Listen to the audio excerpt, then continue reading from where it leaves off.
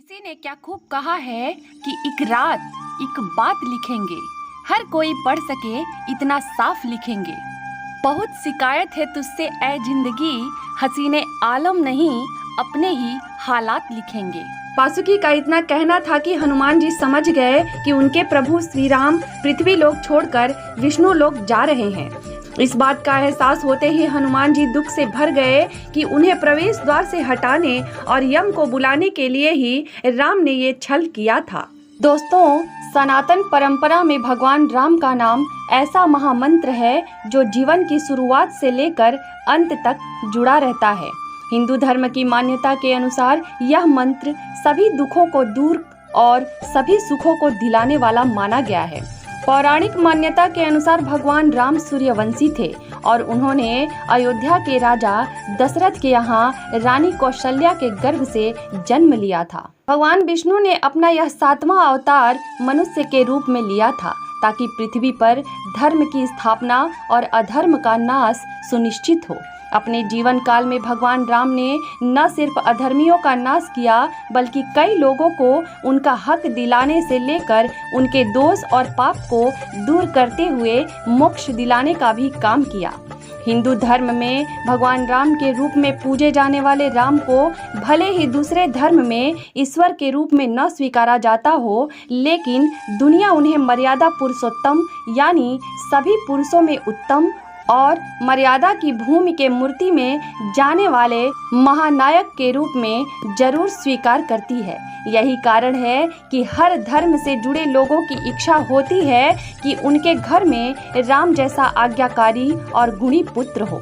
मानव जीवन का सच है कि जिस किसी ने भी पृथ्वी पर जन्म लिया है उसकी मृत्यु निश्चित है। मृत्यु एक ऐसा सत्य है जिसका साक्षात्कार हर किसी को कभी न कभी करनी ही पड़ती है। यही कारण है कि पृथ्वी पर जितने भी लोगों ने जन्म लिया उसे एक न एक दिन जरूर जाना पड़ा, फिर चाहे वो आदमी, जीव या फिर देवता ही क्यों न रहा हो। भगवान राम की पत्नी यानी माता सीता के बारे में सभी लोग को पता है कि धरती के फटने के बाद वो उसमें समा गई थी, लेकिन भगवान राम की मृत्यु कब हुई थी ये बहुत कम लोग जानते हैं। प्रभु श्री राम का जन्म त्रेता युग में हुआ था। एक अनुमान के अनुसार उनका जन्म 5114 ईसा पूर्व माना जाता है। कहते हैं कि जिस धरती पर जन्म लिया है उसका मरना निश्चित है। भगवान श्री राम ने भी धरती पर मनुष्य के रूप में अवतार लिया था। कई जगहों पर राम जी की मृत्यु या बैकुंठ धाम जाने का अलग अलग वर्णन मिलता है। भगवान राम की मृत्यु के बारे में जो कथाएं मिलती हैं उनमें से कुछ कथाएं इस प्रकार हैं। कहा जाता है कि जब माता सीता को अपने पवित्र होने का प्रामाणिकता सिद्ध करने के लिए कहा गया तो उन्होंने परीक्षा देकर अपने पवित्र होने का प्रमाण दिया, लेकिन इसके पश्चात सीता जी अपने दोनों पुत्रों कुश और लव को राम जी को सौंप दिया और धरती माता से ये कहा कि हे माता, मुझे अपने अंदर समा लीजिए। माता सीता के इतना कहते ही धरती फट गई और देखते ही देखते वह भूगर्भ में चली गई। सीता जी के इस तरह से चले जाने के कारण राम जी व्यथित हो उठे और यमराज की सहमति से सरयू नदी के तट पर गुप्तार घाट में राम जी ने जल समाधि ले ली। राम जी की मृत्यु के बारे में एक अन्य कथा भी मिलती है जिसके अनुसार श्री राम के मृत्यु के वर्ण में सबसे बड़ी बाधा उनके प्रिय भक्त हनुमान थे, क्योंकि हनुमान के होते हुए यम की इतनी हिम्मत नहीं थी कि वो राम के समीप जा सके और प्राण लेना तो दूर की बात है, इस बात का हल स्वयं श्री राम ने निकाला। अंततः वो समय आ ही गया जब श्री राम जी को देवलोक वापस जाना था। संसार के सारे सुख दुख भोग कर वह जानते थे कि जो जन्म लेता है उसे मोक्ष पाना ही है।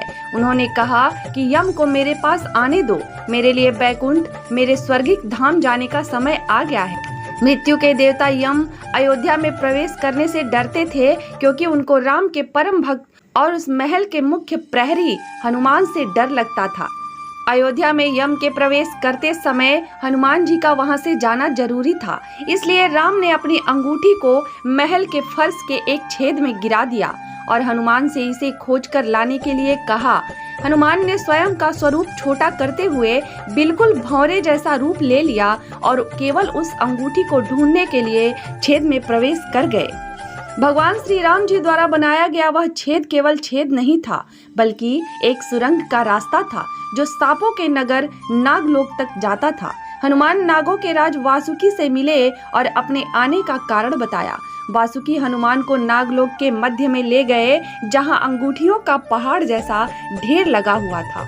वासुकी ने कहा, यहाँ आपको राम की अंगूठी अवश्य ही मिल जाएगी। हनुमान सोच में पड़ गए कि वो कैसे उसे ढूंढ पाएंगे, क्योंकि ये तो भूसे में सुई ढूंढने जैसा था। लेकिन सौभाग्य से जो अंगूठी उन्होंने उठाई वो राम की अंगूठी निकली।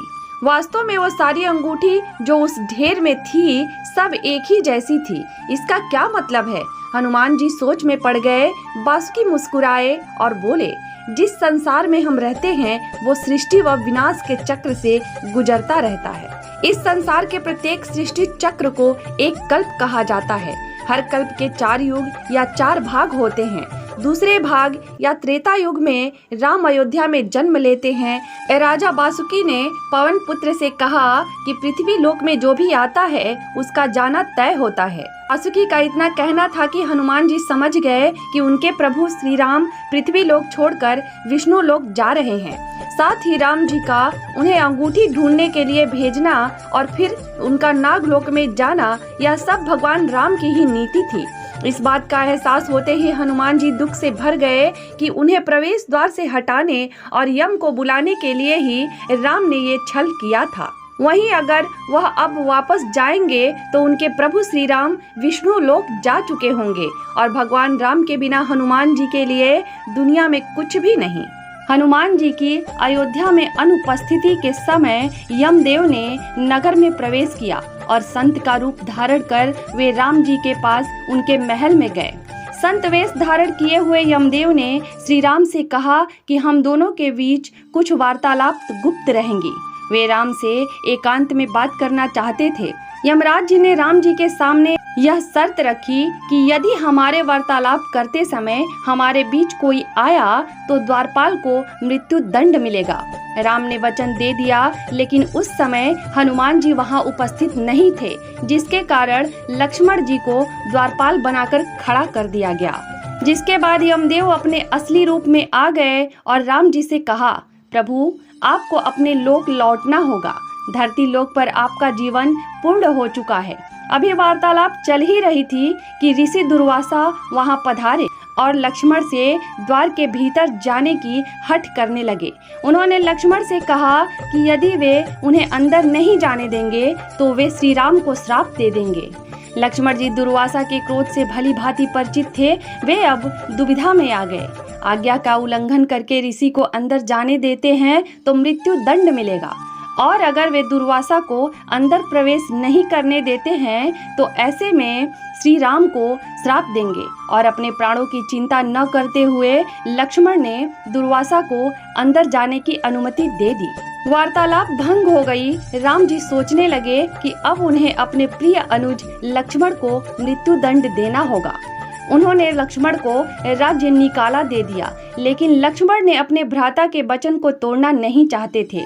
वचन को पूरा करने के लिए उन्होंने सरयू नदी में जल समाधि ले ली। लक्ष्मण के सरयू नदी में समाधि लेने से राम जी अत्यंत दुखी हो गए और उन्होंने भी जल समाधि लेने का निर्णय कर लिया। माना जाता है कि जब राम जी ने सरयू नदी में जल समाधि ली तो उस समय हनुमान, जामवंत, सुग्रीव, भरत, शत्रुघ्न आदि सभी लोग उनके साथ वहीं उपस्थित थे। श्री राम जी के सरयू नदी के अंदर समाने के तत्पश्चात नदी के भीतर से भगवान विष्णु प्रकट हुए और उन्होंने अपने भक्तों को दर्शन दिए। इस प्रकार राम जी ने अपना स्थूल रूप त्याग दिया और अपने वास्तविक रूप अर्थात विष्णु जी का रूप धारण किया। हिंदू मान्यता के अनुसार उसी समय ब्रह्मा जी विमान लेकर आते हैं और भगवान श्री विष्णु उस पर बैठकर अपने परम धाम को चले जाते हैं।